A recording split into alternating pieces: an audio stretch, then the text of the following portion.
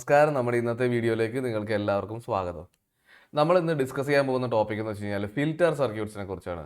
അപ്പോൾ എന്തിനാണ് filter circuits ഉപയോഗിക്കണമെന്ന് വെച്ച് കഴിഞ്ഞാൽ നമ്മൾ റെക്ടിഫയേഴ്സിൽ പഠിച്ചു. അതായത് കൺക്ലൂഡ് ചെയ്തത് ഇതാണ്. അതായത് ഔട്ട്പുട്ടിൽ DC ആണ് എക്സ്പെക്ട് ചെയ്യണമെങ്കിലും നമ്മൾക്ക് കുറച്ച് AC ഒക്കെ ഔട്ട്പുട്ടിൽ വരും. അപ്പോൾ ആ ACനെയും കൂടി ഒഴിവാക്കി നല്ലൊരു പെർഫെക്റ്റ് DC എങ്ങനെ ഉണ്ടാക്കാം എന്നുള്ളതിനെ കുറിച്ചുള്ള ഒരു ആലോചനയിലാണ് ഫിൽറ്റർ സർക്യൂട്ട്സ് എന്ന് പറയുന്ന ടോപ്പിക്ക് വരുന്നത്. നമുക്ക് ആ ടോപ്പിക്കിലേക്ക് തന്നെ കടക്കാം. യെസ്, അപ്പോൾ ഇതാണ് ഫിൽറ്റർ സർക്യൂട്ട്സിൻ്റെ ആവശ്യം വരുന്നതിൻ്റെ കാരണം. അതായത് നമ്മൾ എക്സ്പെക്ട് ചെയ്യുന്നൊരു വളരെ ചേഞ്ചസ് ഒന്നും ഇല്ലാത്തൊരു സ്ട്രെയിറ്റ് ആയിട്ടുള്ള എക്സ് ആക്സിസിനോട് പാരലായിട്ടുള്ള ഒരു സ്ട്രെയിറ്റ് ലൈൻ വോൾട്ടേജ് വേവ് ഫോമാണ് നമ്മൾ ഔട്ട്പുട്ടിൽ റെക്ടിഫയറിൻ്റെ ഔട്ട്പുട്ടിൽ എക്സ്പെക്ട് ചെയ്തത്. പക്ഷേ റിയാലിറ്റി എന്താണ്? റെക്ടിഫയറിൻ്റെ ഔട്ട്പുട്ടിൽ ഇങ്ങനെ ഇതിപ്പോൾ ഫുൾ വേ റെക്ടിഫയർ ആയതുകൊണ്ട് നമുക്ക് ഇങ്ങനെ വരും. ഹാഫ് വേവ് ആണെങ്കിൽ ഈ ഒരു സൈക്കിളും കൂടി ഉണ്ടാവില്ല. അപ്പോൾ നമ്മൾ ഫുൾ വേ റെക്ടിഫയറിൻ്റെ കേസിൽ നമുക്ക് ഇങ്ങനത്തെ ഒരു റിയാലിറ്റിയാണ് നമുക്കുള്ളത് ഔട്ട്പുട്ടിൽ. അപ്പോൾ ഇതുപോലത്തെ ഒരു വേവ് അല്ല, ഒരു കോൺസ്റ്റൻറ്റ് വേവ് അല്ല. വോൾട്ടേജ് ഇങ്ങനെ 0യിൽ നിന്ന് കൂടി കുറഞ്ഞ് 0യിലെത്തി വീണ്ടും കൂടി കുറഞ്ഞ് അങ്ങനെ പോവുകയാണ്.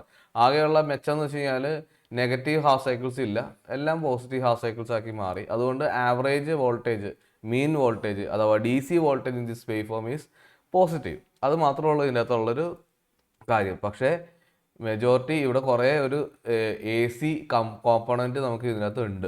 അപ്പോൾ ഇതൊരു റിയാലിറ്റിയാണ്. നമുക്കിത് എങ്ങനെ ഒഴിവാക്കാം? അപ്പോൾ ഇതിനകത്ത് എന്തായാലും നമ്മൾ പഠിച്ചു, DCയും ഉണ്ട് ACയും ഉണ്ട്. പക്ഷേ AC കുറച്ച് കൂടുതലായിട്ടുണ്ട്. അപ്പോൾ അത് നമുക്ക് എങ്ങനെ കളയാം, എങ്ങനെ ഒഴിവാക്കാം എന്നുള്ളതിന് വേണ്ടിയിട്ടാണ് നമ്മളിവിടെ നോക്കുന്നത്. അപ്പോൾ ഇതിൽ നമ്മൾ ചെയ്യണമെന്ന് വെച്ച് കഴിഞ്ഞാൽ രണ്ട് രീതിയിൽ നമുക്ക് ഈ പരിപാടി ചെയ്യാം. അപ്പോൾ നമ്മുടെ ഉദ്ദേശം എന്ന് വെച്ച് കഴിഞ്ഞാൽ ഇവിടെ റെക്ടിഫയറിൽ നിന്നും വരുന്ന ആ സിഗ്നലിനെ നമുക്ക് ലോഡിലേക്ക് എത്തുമ്പോൾ ഇതുപോലത്തെ ഒരു വേവ് ഫോം ആയി മാറണം. അപ്പോൾ അതിന് വേണ്ടിയിട്ടാണ് നമ്മൾ ഫിൽറ്റർ എന്ന് പറയുന്ന സർക്യൂട്ട് ഇവിടെ ഇടയിൽ കൊണ്ടുവന്ന് ഇടുന്നത്. അപ്പോൾ ഇങ്ങനെ ഒരു ബ്ലോക്ക് നമ്മൾ നടുക്കിട്ടിട്ടുണ്ട്. അപ്പോൾ ഇതിൻ്റെ ഉദ്ദേശം ഇതുപോലത്തെ ഒരു വേവ് ഫോമിനെ ഇങ്ങനെ ആക്കി എടുക്കുക എന്നുള്ളതാണ്.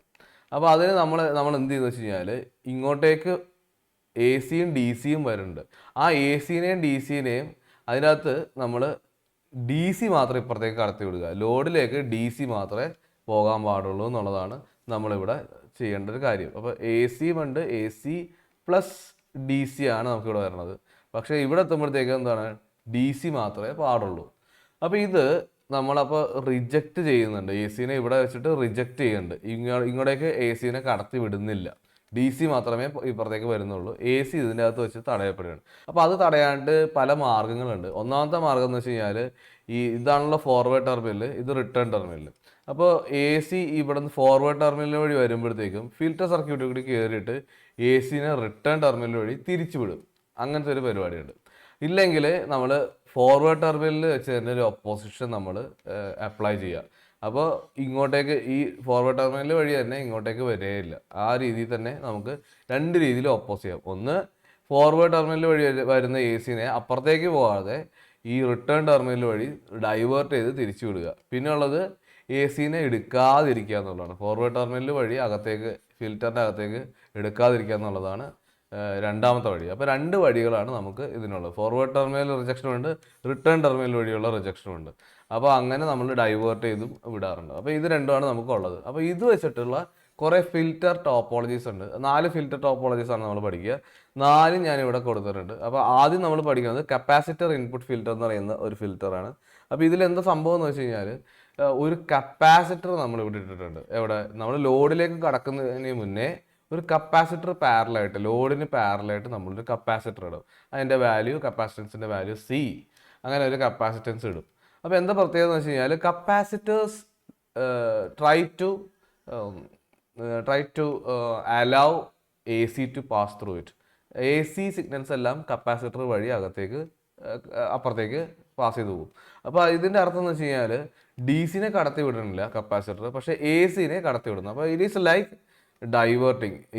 ഈ ഫിൽറ്ററിൽ കൂടി കടന്ന് നേരെ തിരിച്ച് റിട്ടേൺ ടെർമിനൽ വഴി തിരിച്ചു പോകും. എന്ത് കറണ്ട് വന്നാലും അത് തിരിച്ചു പോകണം അല്ലേ.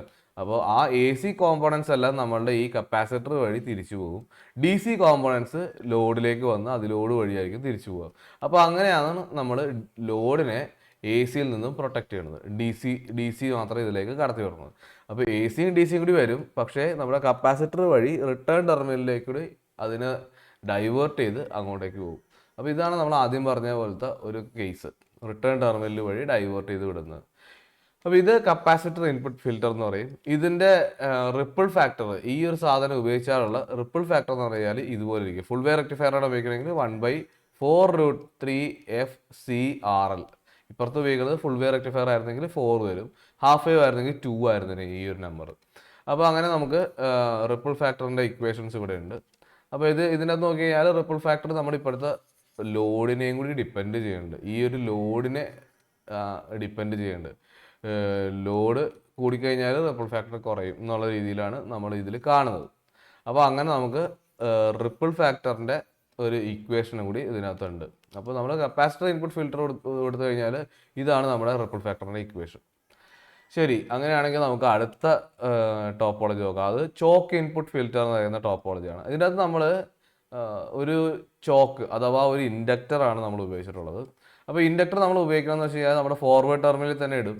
എന്തിനാണ് ഈ ഇൻഡക്ടർ ഉപയോഗിക്കുന്നത് വെച്ച് കഴിഞ്ഞാൽ ഇൻഡക്ടറിന് ഫാസ്റ്റ് വേരിയേഷൻസ് ഇഷ്ടമല്ലാത്ത ഒരാളാണ് ഇൻഡക്ടർ. സ്ലോ വേരിയേഷൻസ് അല്ലെങ്കിൽ ഡി സിയോടാണ് ഏറ്റവും കൂടുതൽ ഇഷ്ടം. എന്ന് പറഞ്ഞാൽ കടത്തി വിടുന്നത് ഡി സിനെയാണ്. കപ്പാസിറ്റർ നേരെ തിരിച്ചാണ്, ഡി സിനെ കടത്തി വിടൂല, എ സി മാത്രമേ കടത്തി വിടുകയുള്ളൂ. അപ്പോൾ ഇവിടെ നേരെ തിരിച്ചാണ്, എന്താണ്, ഡി സിനെ കടത്തി വിടും, എ സി കടത്തി വിടില്ല. എന്ന് പറഞ്ഞാൽ A C will be rejected at the forward terminal itself. Forward ടെർമിനലിൽ തന്നെ എ സിനെ റിജക്റ്റ് ചെയ്യുന്ന ഒരു പ്രവണതയാണ് ഈ ഒരു ഫിൽറ്ററിലുള്ളത്. അപ്പോൾ അതുകൊണ്ട് തന്നെ വരുന്ന എ സിയും ഡി സിയും കൂടി വരുമ്പോഴത്തേക്കും ഇവിടെ എത്തിക്കഴിഞ്ഞാൽ എ സിനെ റിജക്റ്റ് ചെയ്യും, ഡി സി മാത്രം ഇപ്പുറത്തേക്ക് പോകും, ലോഡിലേക്ക് പോകും. അപ്പോൾ ഇങ്ങനെ നമുക്ക് ഈ പറഞ്ഞ പോലെ ചോക്ക് ഇൻപുട്ട് ഫിൽറ്റർ ഉപയോഗിച്ചിട്ട് നമുക്ക് റിജക്റ്റ് ചെയ്ത് എ സിനെ റിജക്റ്റ് ചെയ്ത് ഡി സി മാത്രം നമ്മൾ ലോഡിലേക്ക് എത്തിക്കാനായിട്ട് പറ്റും. അപ്പോൾ അതിൻ്റെ റിപ്പിൾ ഫാക്ടറാണ് ഈ കൊടുത്തിട്ടുള്ളത് RL/6√2πfL എന്ന് പറഞ്ഞിട്ടുള്ള ഈ ഒരു ഇക്വേഷൻ. ഇതിനൊക്കെ ഡെറിവേഷൻസ് ഉണ്ട്, നമ്മൾ പഠിക്കേണ്ട ആവശ്യമില്ല. തൽക്കാലം നമുക്ക് ഇതിൻ്റെ ഫൈനൽ ഇക്വേഷൻസ് മാത്രം അറിഞ്ഞാൽ മതി. അപ്പോൾ ഇങ്ങനെ നമുക്ക് റിജക്റ്റ് ചെയ്ത് ഈ പറയുന്ന പോലെ റിജക്റ്റ് ചെയ്തിട്ട് നമുക്ക് എ സിനെ കടത്തി വിടാണ്ട് നമുക്ക് ഡി സി മാത്രമായിട്ട് നമുക്ക് ലോഡിലേക്ക് എത്തിക്കാൻ സാധിക്കും. അപ്പോൾ അങ്ങനെ പിന്നെ ഈ പറഞ്ഞ പോലെ വേറൊരു ടോപ്പോളജി എന്ന് പറഞ്ഞാൽ ഇവരെ രണ്ടുപേരും കൂടി കമ്പൈൻ ചെയ്ത് നമുക്ക് വേണമെങ്കിൽ ഉപയോഗിക്കാം. അതാണ് എൽ സി ഫിൽറ്റർ എന്ന് പറയുന്ന സംഭവം. അപ്പോൾ എൽ സി ഫിൽറ്ററിൽ നമ്മൾ ഒരു ഇൻഡക്ടർ വെച്ചിട്ട് റിജക്ഷനും നടത്തേണ്ട, അതുപോലെ ഒരു കപ്പാസിറ്റർ വെച്ചിട്ട് ഡൈവേർട്ട് ചെയ്തും നമ്മൾ വിടേണ്ട എ സിനെ. അപ്പോൾ ഇവിടെ വെച്ചിട്ട് എ സി റിജക്റ്റ് ചെയ്ത് പോകണ്ട്, പ്ലസ് എന്തെങ്കിലും എ സി ഇപ്പോഴത്തേക്ക് വന്നാൽ തന്നെ അത് കപ്പാസിറ്റർ വഴി ഡൈവേർട്ട് ചെയ്ത് റിട്ടേൺ ടെർമിനൽ വഴി തിരിച്ചു പോകും. അങ്ങനെ ലോഡിന് കുറച്ചുകൂടി അഡീഷണൽ ലെവൽ പ്രൊട്ടക്ഷനും കൂടി കൊടുക്കുന്നുണ്ട്. ഇതിൻ്റെ അകത്തുള്ള ഒരു പ്രത്യേകത എന്ന് വെച്ച് കഴിഞ്ഞാൽ ഇതിൻ്റെ ഇക്വേഷൻ നോക്കിയാൽ നിങ്ങൾക്ക് മനസ്സിലാവും. ബാക്കിയുള്ള എല്ലാത്തിൻ്റെ ഇക്വേഷനിൽ ലോഡ് റെസിസ്റ്റൻസിനെ ഡിപ്പെൻഡ് ചെയ്യേണ്ടായിരുന്നു. ഇതിന് അങ്ങനെ ഒരു ഡിപ്പെൻഡൻസിയേ ഇല്ല. അതൊരു അടിപൊളി കാര്യമാണ്. അപ്പോൾ അതാണ് എൽ സി ഫിൽറ്ററിൻ്റെ ഒരു പ്രത്യേകത. അപ്പോൾ അങ്ങനെ നമുക്ക് എൽ സി ഫിൽറ്റർ എന്ന് പറഞ്ഞിട്ടുള്ള ഒരു ഓപ്ഷൻ നമുക്കുണ്ട്. അതേപോലെ തന്നെ നമുക്ക് പിന്നെയുള്ളൊരു സംഭവം എന്ന് വെച്ച് കഴിഞ്ഞാൽ CLC ഫിൽറ്റർ അല്ലെങ്കിൽ പൈ ഫിൽറ്റർ എന്ന് പറഞ്ഞിട്ടുള്ള ഒരു ഫിൽറ്റർ ഉണ്ട്. അപ്പോൾ ഇതിൻ്റെ അകത്ത് 3 ലെവൽ ഓഫ് പ്രൊട്ടക്ഷൻ ഉണ്ട്. ആദ്യം നമ്മൾ കപ്പാസിറ്റർ വഴി ഡൈവേർട്ട് ചെയ്ത് നമ്മൾ കുറേ സിഗ്നൽസിനെ നമ്മൾ എ സി സിഗ്നൽസിനെ നമ്മൾ റിട്ടേൺ ടെർമിനൽ വഴി തിരിച്ചു വിടും. പിന്നെ എന്ത് ചെയ്യുന്നത് വെച്ച് കഴിഞ്ഞാൽ ഈ അടുത്ത ലെവലിൽ എന്തെങ്കിലും എ സി ഉണ്ടെങ്കിൽ നമ്മുടെ ഇൻഡക്ടർ പണിയെടുക്കും. ഇൻഡക്ടർ എന്തെന്ന് വെച്ച് കഴിഞ്ഞാൽ ഇൻഡക്ടർ റിജക്റ്റ് ചെയ്യും, ഇൻഡക്ടർ ഇവിടെ നിന്ന് റിജക്റ്റ് ചെയ്യും. അതേപോലെ തന്നെ അതും കടന്നു വരുന്ന സിഗ്നൽസ് എന്തെങ്കിലും എ സി ഉണ്ടെങ്കിൽ അതിനെ നമ്മൾ ഇപ്പുറത്തെ വേറൊരു കപ്പാസിറ്റർ ഇരിപ്പുണ്ട് പിടിക്കാൻ, ആ കപ്പാസിറ്റർ എന്ത് ചെയ്യും, ഡൈവേർട്ട് ചെയ്ത് തിരിച്ചു വിടും. അങ്ങനെ 3 ലെവൽ ഓഫ് പ്രൊട്ടക്ഷൻ ഉള്ളതാണ് ഈ പൈ ഫിൽറ്റർ എന്ന് പറയുന്ന സംഭവം. പക്ഷെ അതിനകത്ത് ലോഡ് റെസിസ്റ്റൻസിന് ഡിപ്പെൻഡ് ചെയ്യാനുണ്ട്, അങ്ങനെ ഒരു പ്രശ്നം അതിനകത്തുണ്ട്. അപ്പോൾ എന്തായാലും നമ്മുടെ ഈ റിപ്പിൾ ഫാക്ടർ എന്ന് പറഞ്ഞ സാധനത്തിൻ്റെ ഇക്വേഷൻ ഇതാണ്, വലിയൊരു ഇക്വേഷനാണ്. അപ്പോൾ ഇങ്ങനെ നമുക്ക് ഒരു റിപ്പിൾ ഫാക്ടറിൻ്റെ ഇക്വേഷനും കൂടി കിട്ടും. അപ്പോൾ 3 ലെവൽസ് ഓഫ് പ്രൊട്ടക്ഷനാണ് നമ്മളുടെ ഈ ഒരു CLC ഫിൽറ്റർ അല്ലെങ്കിൽ പൈ ഫിൽറ്ററിലുള്ളത്. അപ്പോൾ അങ്ങനെയാണ് 4 ടോപ്പോളജീസ്, ഫിൽറ്റർ ടോപ്പോളജീസ് നമുക്ക് അറിയാനായിട്ടുണ്ടായിരുന്നത്. ഇനി നമുക്ക് കാണാനായിട്ടുള്ളത് ഒരു പവർ സപ്ലൈയുടെ ബ്ലോക്ക് ഡയഗ്രാമാണ്. നമ്മൾ കണ്ടായിരുന്നു എ സിയിൽ നിന്നും നമ്മൾ DC പവർ എടുക്കുന്ന അല്ലെങ്കിൽ കൺവേർട്ട് ചെയ്തെടുക്കുന്ന ഒരു പ്രക്രിയ നമ്മൾ കണ്ടു റെക്ടിഫയർ ഒക്കെ ഉപയോഗിച്ച്. അപ്പോൾ ഒരു പവർ സപ്ലൈ ഡിസൈൻ എന്ന് പറഞ്ഞാൽ എങ്ങനെയാണെന്നുള്ളതാണ് ഈ ഒരു ബ്ലോക്ക് ഡയഗ്രാം റെപ്രസെൻറ്റേഷൻ നമ്മളെ കാണിച്ചു തരുന്നത്. അപ്പോൾ നമുക്കൊരു ഒരു എ സി ഇൻപുട്ട് ഉണ്ട്. എ സി ഇൻപുട്ട് ഉണ്ടെങ്കിൽ അത് നമ്മളൊരു സ്റ്റെപ്പ് ഡൗൺ ട്രാൻസ്ഫോമർ വഴി നമുക്ക് വേണ്ടുന്ന വോൾട്ടേജ് ലെവലുകളിലേക്ക് മാറ്റും. കാരണം എന്താണെന്ന് വെച്ച് കഴിഞ്ഞാൽ 230 വോൾട്ടാണ് നമ്മുടെ ഇൻപുട്ട് വരുന്നത് അല്ലേ. 230 വോൾട്ട് 50 ഹെർട്സിൻ്റെ എ സി സിഗ്നലാണ് നമ്മുടെ ഇൻപുട്ടായിട്ട് നമുക്ക് കിട്ടുന്നത്. എല്ലാ പവർ സപ്ലൈയിലും അങ്ങനെയാണ്. അപ്പോൾ അതുകൊണ്ട് ഇന്ത്യയിൽ നമ്മൾ എന്ത് ചെയ്യുന്നത് വെച്ച് കഴിഞ്ഞാൽ ഒരു സ്റ്റെപ്പ് ഡൗൺ ട്രാൻസ്ഫോമർ ഉപയോഗിച്ചിട്ട് നമുക്ക് ആ 230 വോൾട്ടിൽ നിന്ന് നമുക്ക് എന്താണ് 6 വോൾട്ടിലേക്കോ അല്ലെങ്കിൽ 12 വോൾട്ടിലേക്കോ എത്ര വോൾട്ടേജ് ലെവലിലേക്കാണോ വേണ്ടത് ആ റേഞ്ചിലേക്ക് നമ്മൾ കൺവേർട്ട് ചെയ്ത് സ്റ്റെപ്പ് ഡൗൺ ചെയ്ത് നമ്മളുടെ വോൾട്ടേജിനെ കുറക്കും. അങ്ങനെ കുറച്ചിട്ട് നമ്മളെന്ത് വെച്ച് കഴിഞ്ഞാൽ നമ്മളൊരു റെക്ടിഫയർ സർക്യൂട്ടിലേക്ക് കടത്തിവിടും. അപ്പോൾ എന്താണ് നമ്മളിവിടെ ചെയ്യണമെന്ന് വെച്ച് കഴിഞ്ഞാൽ it can be either half way rectifier or full way centre tap or full way bridge. ഏതായാലും കുഴപ്പമില്ല. ഞാനാണെങ്കിൽ ഫുൾ വേ ബ്രിഡ്ജേ ഉപയോഗിക്കുള്ളൂ. ഫുൾ വേ ബ്രിഡ്ജ് ഉപയോഗിക്കുന്നു. ഞാനത് റെക്ടിഫൈ ചെയ്യുമ്പോഴത്തേക്ക് നമുക്ക് കുറേ അപ്പോൾ ഇവിടെ വെച്ചിട്ട് നമുക്ക് വരയ്ക്കുകയാണെങ്കിൽ നമുക്ക് ഇതാണ് നമ്മളുടെ സംഭവം. അപ്പോൾ ഞാൻ